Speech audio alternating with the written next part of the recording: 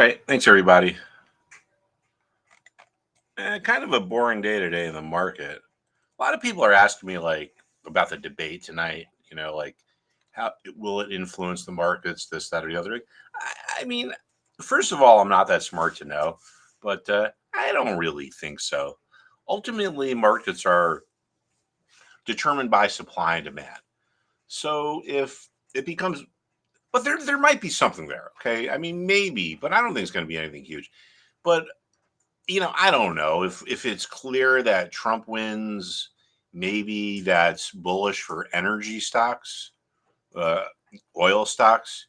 If it's clear that Biden wins, maybe it's good for green energy stocks. I mean, I don't know. At this point, I think it's much ado about nothing. And frankly, I think it's a real disgrace that we could have a presidential debate and they each have to have their microphones muted. Um, but anyway, all right, let's just take a quick look through the markets here. It's really all about Microsoft now. Apple too. Here's the S&P, basically like unchanged, doing nothing. But this is kind of an interesting thing to look at here. All right. A lot of times, as we know, and as you know, if you're a member of our community, the levels that were support become resistance, and that's what's happened here. It was this particular level here, and we're going to call it, I don't know, 546.80. Was support, and over the last couple of days, it's been resistance, and that's because there's people who bought there who regret doing so when the price goes lower. So now that they can get out at break even, they post their sell orders. So that's something to watch. Really not too dramatic. Now, I'm going to save tech for last, so you sit with me for this entire video because there's a lot to learn. And if you really want to learn how to be a trader, you can't get it in 30 seconds. You should sign up for a class. All right. Anyway, so here's our tech sector. Excuse me. Not much going on here. Notice resistance at a former resistance level. How does that happen? Why would resistance be at a level that was resistance before? Well, it makes a lot of sense. There's people who bought here who regret doing so when the price goes lower. And they're like, if it ever gets back to my level and I can get out at break even, I'm going to. So remorseful buyers placing sell orders at the level that had been resistance before can make it become resistance again. Another interesting thing here is this old the bearish engulfing pattern. Now I get a lot of questions about this, so let's just talk about it for a second. Okay, if viewed correctly, patterns are not astrology, they're not tea leaves. Unfortunately, there's so many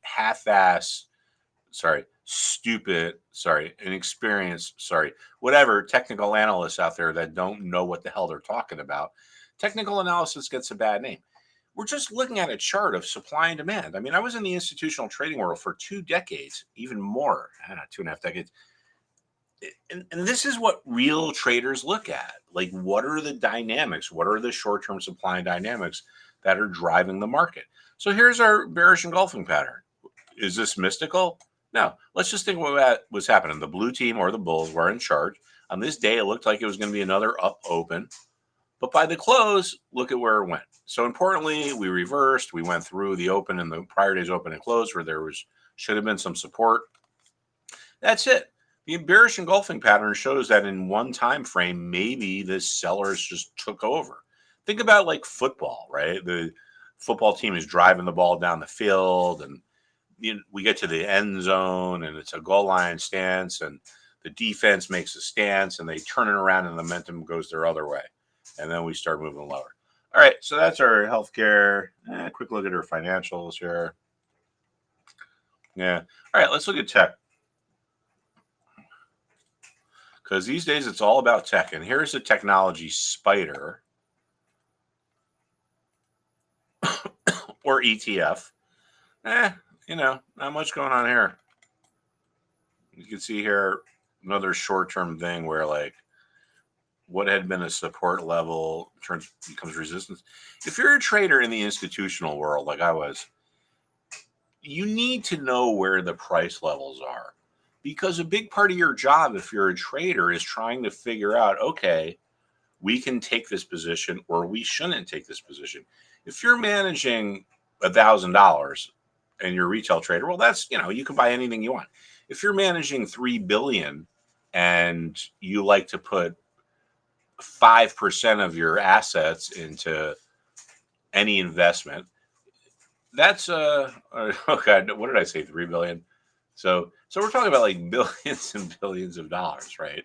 If you put 5% of your assets in, that's a lot of money. So sometimes it's like, oh, look at that bearish engulfing pattern. So sometimes it's like, all right, well, you guys want to buy this position, but we can't, because if we ever get into it, we can't get out. So you have to know where the important levels are. Institutional traders don't do things like Gann theory and Fibonacci and Elliott wave and harmonic charts. I think that stuff kind of diminishes what we do. All right, anyway, I think it's kind of insulting, frankly. All right, so Microsoft, as long as this holds up, the market should be okay. Apple found support right where we said it would. Now, how did I know Apple was going to find support here? Do I have a crystal ball? No. I just know that this particular price level was the closing price here, and it was the opening price here.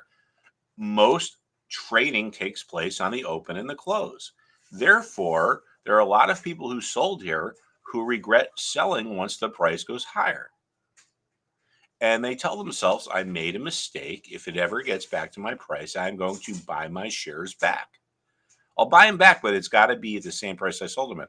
So remorseful sellers placing buy orders turn this level into a support level. I mean, I'm not lying. All our videos here are on tape. You could go see them. Did I just show how old I am by saying tape? Well, I'm a deadhead, and we used to have a lot of tapes. But anyway, you know what I mean. Now it's all probably digital. All right, so here's NVIDIA. This thing is, I don't know. I think NVIDIA is going lower. It got so hyped up. I don't care how much money they make. I don't care about the whole AI market, yada, yada, blah, blah, yada. It's like, hey, man, if everyone who wants to buy their stock buys it and there's no one left to buy it, once that last person buys that last share and that's it, the market runs out of buyers. The only way it can go is down. All right, let's just find one more thing to look at. Oh, CVS was pretty interesting action today. I think the most interesting, well, I don't know. There's a lot of interesting things here, but what I'm saying is I think that this is really a good chart. And this is a chart that I use when I teach to talk about what we call market memory, how a price level that's important can stay intact for a long time. Look at this, way back in July and August of 2015, the stock ran into some resistance right around 111. February of 22 runs into resistance at the same level. This is market memory. How is it possible that 7 years later, this price level would still have importance? If I was to meet you in a bar and you were to tell me that has happened, like, I wouldn't even believe you. But the charts don't lie. Look at this. The $83 level was resistance for 2 years. So January of 17 until November of 18. Well, I guess that's more like a year and a half, right? But whatever. Yeah, it's close enough to 2 years. I mean, look at that. You don't need to be a chart guru to see that. The 76.50 level was resistance for 1 year. Ran into resistance around November of 19, January of 21. All right, so this is even longer. Man, I got to review this stuff. All right. Oh, you hear my guinea pig? I don't even know which one that is. I think that's Walker, Texas Rodent. Look at the 52 level. Support originally in March of 19, support in March of 20. Okay. We talked, so that's November of 19. That's January of 21. So I'm going to have to change that. This 90 level, resistance here, support here. It's really an amazing thing. And I've been doing this for a long time, and it still amazes me. These are graphical illustrations of investor and trader psychology. And if you look at them through any other perspective, you're not going to have an easy time figuring this out. Forget your Elliott wave, forget your Gann theory, forget your Fibonacci. Levels, trends, momentum, and psychology. That's the key to understanding technical analysis. Okay, everybody. Thank you. And I will see you soon.